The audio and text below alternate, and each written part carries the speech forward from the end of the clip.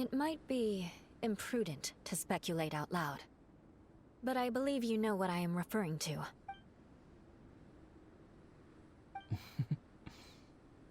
Traveler, I think...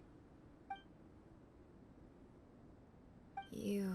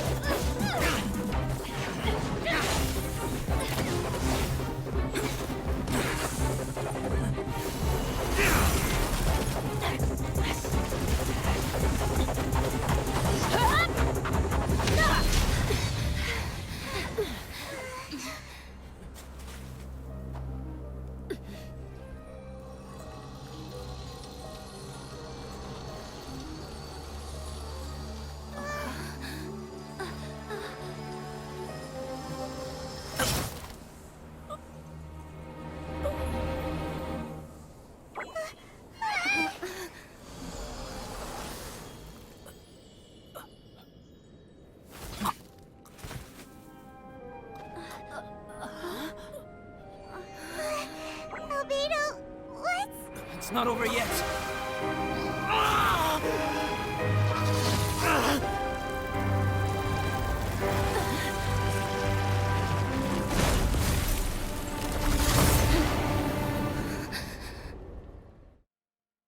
Brace yourselves. This'll be a challenge. Stay back!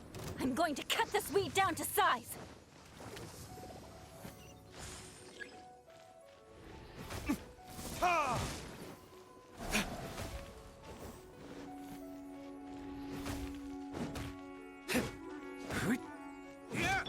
By royal decree.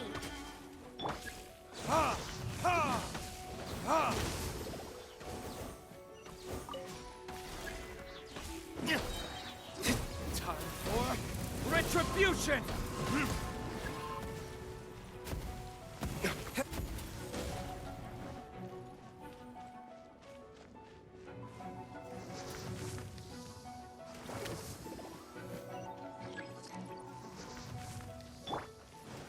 Oz, reveal thyself.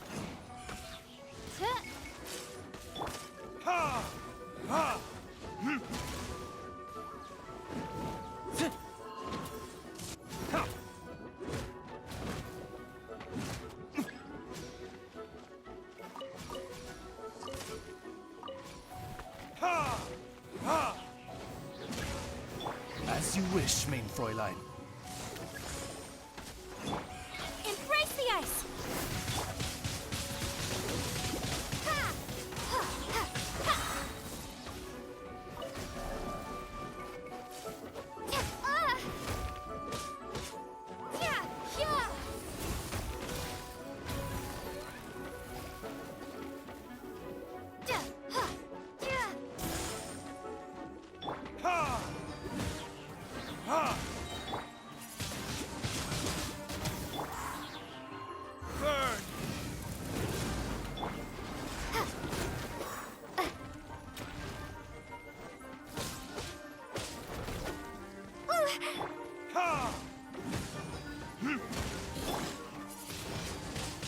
Windblade.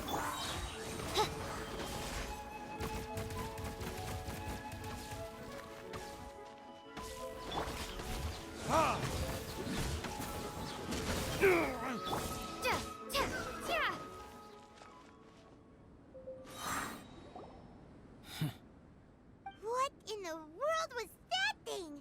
One moment it was human, the next it was a plant! Is everyone alright? We're fine. But can you please tell us what's going on? I don't understand. I take it this monster is whom I had the pleasure of meeting last time. Correct. As you might have guessed, this is a mutated whopper flower. An extremely rare kind. But can whopper flowers turn into humans? Not typically. But conditions. Perhaps the dragon's blood seeped into the land, then was passed to the monsters via the ley lines, accelerating their rate of mutation. How could that happen? This mountain is home to the remains of Durin, the venomous dragon. If there is anywhere in the world one might expect life to do unfathomable things, it would most likely be here. Durin was an artificially created life form. Its existence is nothing short of a miracle, and proof of countless possibilities. In other words, this mountain we stand on is a cradle of life's profoundest mysteries. A vast and terrifying hotbed of possibilities. The avalanche. It must have been the work of this imposter. Agreed. All the other troubles you faced on the way down could also have been its handiwork. My guess is that it was targeting everyone that I've had contact with. Right, I forgot all about that. It's not inconceivable. But what was its purpose? Was it just trying to get rid of us? I have a preliminary hypothesis on this. Whopper flowers are masters of mimicry, and those we encounter in the wild often appear in the vicinity of the plants they impersonate. In other words, the whopper flower likely has an instinct to replicate and replace. As a plant, it will disguise itself as another plant and infiltrate the group, hiding among them for cover. The plant being imitated has no way to detect or fight back against this behavior. But when it disguises itself as a human, It wanted to replace you and infiltrate our group? yes, maybe it created the avalanche to get rid of us. I predicted this eventuality, so I availed myself of the avalanche to hide and lure it out. It was watching us the whole time, and when it saw that I had disappeared, its instinct was to take my place. At that point, its disguise was complete, and its next move was to hunt its prey. Yes, that's exactly how whopper flowers operate. So when it approached and attacked Joel, what was that? A trial run? Perhaps. Or maybe it enjoyed posing as a human, and wanted to experience what it felt like to be human. We're fortunate to have discovered it in time. I think the Traveler was the first person other than Albedo to notice something was wrong.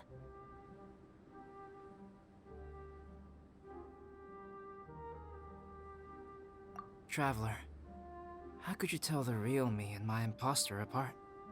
I want to know too. I had no idea the other guy was an imposter. They looked exactly the same to me. I see. It goes to show how difficult it is to impersonate a human. This mutant whopper flower tried its best to replicate the original exactly, but still managed to miss some details. Unbelievable. To think that Dragonspine creates such terrifying possibilities.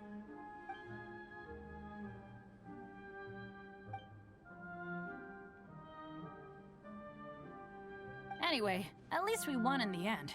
It looks like my method did work after all. I used up all the bad luck, and the good luck finally came through. About that, if you're referring to having fallen down the mountain and avoided injury, well, that's because I was secretly protecting you. Huh? Well, Yes, that's not an unreasonable way of looking at it. Okay. We've been delayed long enough. Time to move on. Yeah, let's go!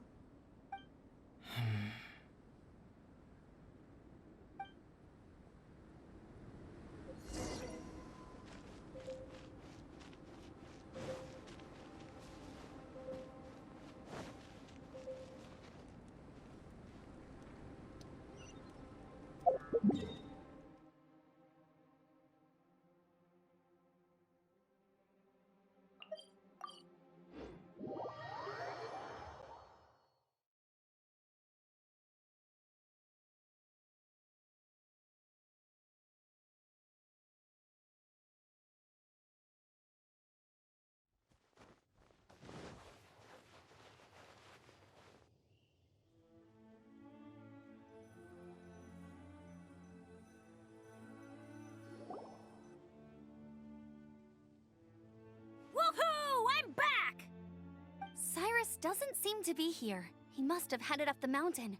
Let's wait for him here. Amber, Are you feeling better? Yep, all good now. Nothing to worry about. I don't know what I'd do without you guys. If not for you, I'd probably still be locked up in that cage. I really want to thank you all properly, but I can't think how at the moment. Huh? You must be pretty used to being on the receiving end of people's kindness by now, though, surely. You probably need it often enough, given your... situation. Come on, don't put it like that. Sure, plenty of people have shown me kindness before, but that doesn't mean I will ever take it for granted. No matter how many times people help me out in life, I will never forget any of them. Well, instead of repaying those who helped you, perhaps you could help others yourself. Everyone meets others in need from time to time. By choosing to be there for them, you're passing the kindness you received onto others. Yep, you're right. That's what I've always tried to do, and will always continue to do. Right. And when Cyrus gets back, I'll find some way to help him out too. This has been quite an eventful day. Yeah, it has. It's really hit me how tired I am now that I've started to relax. I need to rest. Everyone, please excuse me for a while. Yeah, I need to get some water and maybe a piece of fruit. Once I'm rested up, I need to get back to being an instructor again. Well, it looks like the curse of the mountaineers who couldn't get off the mountain is finally broken. Feels like an action-packed chapter has come to a close. Shall we find somewhere to rest and chat too? Why not? Then, please, come with me. You sensed something too, didn't you? Then let's go. Huh? Are you going back to your camp again? Paimon thought maybe we could talk here. Okay. Might as well come with you. Good. Shall we set off right away?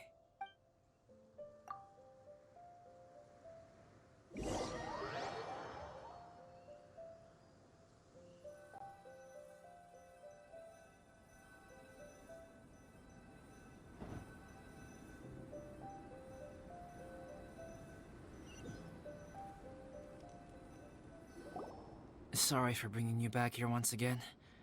Some topics are best discussed in private. Is this about the imposter? That's right.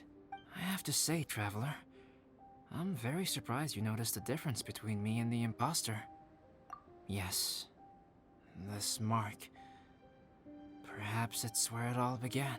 Ooh, sounds like the beginning of a big story. Keep going. Well, I can't deny that what I'm about to say does sound like something from a children's storybook. So, what do you think this diamond-shaped mark means? A tattoo? A crest? No. Consider it a birthmark. Have you ever seen an intricate glass ornament and wondered how it was made? Well, one method for crafting with glass is a technique known as glass blowing. Glass blowing is not a widely known art in Teyvat. For this reason, glassware made in this way is usually very expensive. As the name implies, glass blowing involves blowing air into a hole, much like blowing up a balloon. This type of glassware is known for having a pontil mark at the point where the blowpipe was inserted, where the hole was sealed at the very end. This mark is a sign that the item was crafted by a human hand. Sounds kind of amazing. It is a wondrous and beautiful art form. Alice says that these marks are seen as proof of the maker's fine handiwork, the only flaw in an otherwise perfect work of art. My mark is something similar to this. The difference between synthetic and natural life lies in the directional flow of the life force. The energy of a natural life form flows out from within. That's why flower buds bloom and curled leaves unfold. And it's the very reason we watch and wonder at blossoming flowers. Creating life artificially, on the other hand, involves, to a certain extent, the introduction of an external source of energy into the embryonic life form. When the hole where the life force was infused is sealed at the end, it leaves a mark not dissimilar to the pontil mark in blown glasswares. The alchemical substance drips and spreads out in all directions, resulting in this rather ingenious diamond shape. Wow! So that's where it came from. This mark is a sign of my artificial origins, and proof of my imperfection as a human. I presume that the impostor intentionally avoided replicating this mark, so as not to become less than perfect himself. You are fundamentally different from other people. I have few qualms about sharing my secrets with you. Just as Paimon said, it all sounds like a story. Even if you were to tell anyone else, they would regard it as nothing more than a tall tale. The transcendent and miraculous are not the only things to which human beings aspire. They pursue the everyday, the ordinary, to a far greater extent than I would have ever imagined. People like to believe that those who are thoroughly different from themselves could only ever exist in stories. It makes things much easier. Or, in other words, all of the unfathomable things we've seen recently would make good material for a novel. I have friends who write novels. If they wrote this story, it'd probably be even more complex. Making up stories is easy. Even Paimon can do that. Oh, I didn't know you had that kind of talent. Paimon's the best guide into that. Making up stories is a piece of cake. In that case, how about we have a storytelling contest? We can base our stories on the events of the last few days. Sounds great! But we still have to help out the Adventurers Guild. I understand. Creativity is something that cannot be rushed. Take your time, and come back when you have found some inspiration. We'll see whose story is more compelling. Deal! Okay, we'll regroup with the Adventurers Guild for now. Sure.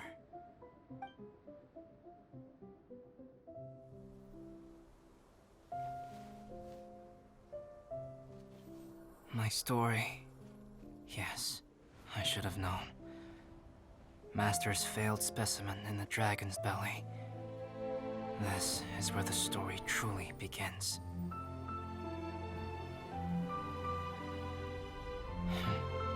If we switched places, if you were the survivor, then as the abandoned experiment, the failure of the primordial human project, I'd want to replace you too. I would replicate your appearance, study your alchemy, and create miraculous life forms to divert your attention. I would wait for the right moment, then dispose of you and the Traveler, the sole person to have known your secret. And then, I could finally experience the joy of being brought into the world.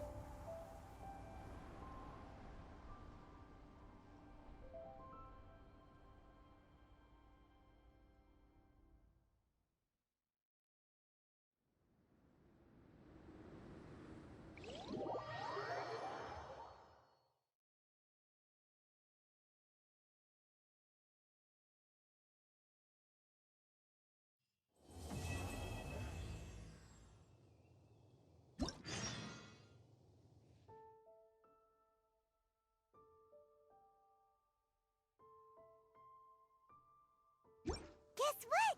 Paimon's story is finished. Let's go see Albedo again. The situation here seems trickier than I thought. Come and have some hot soup. Or you might just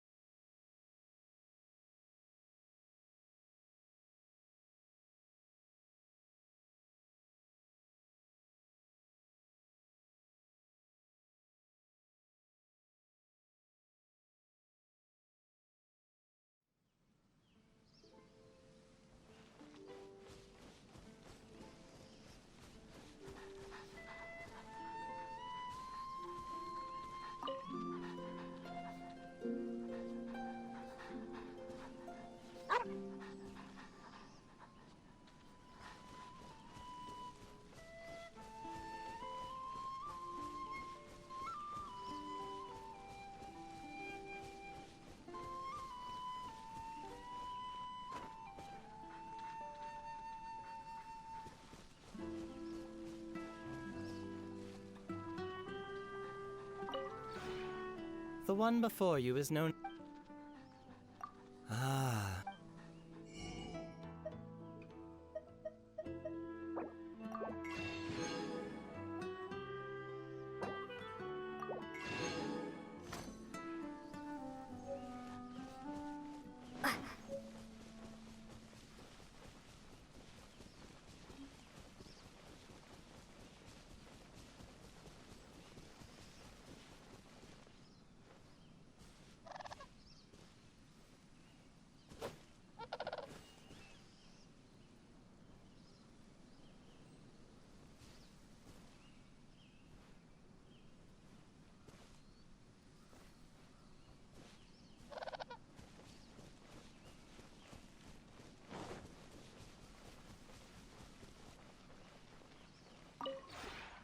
Maybe you're not used to the place.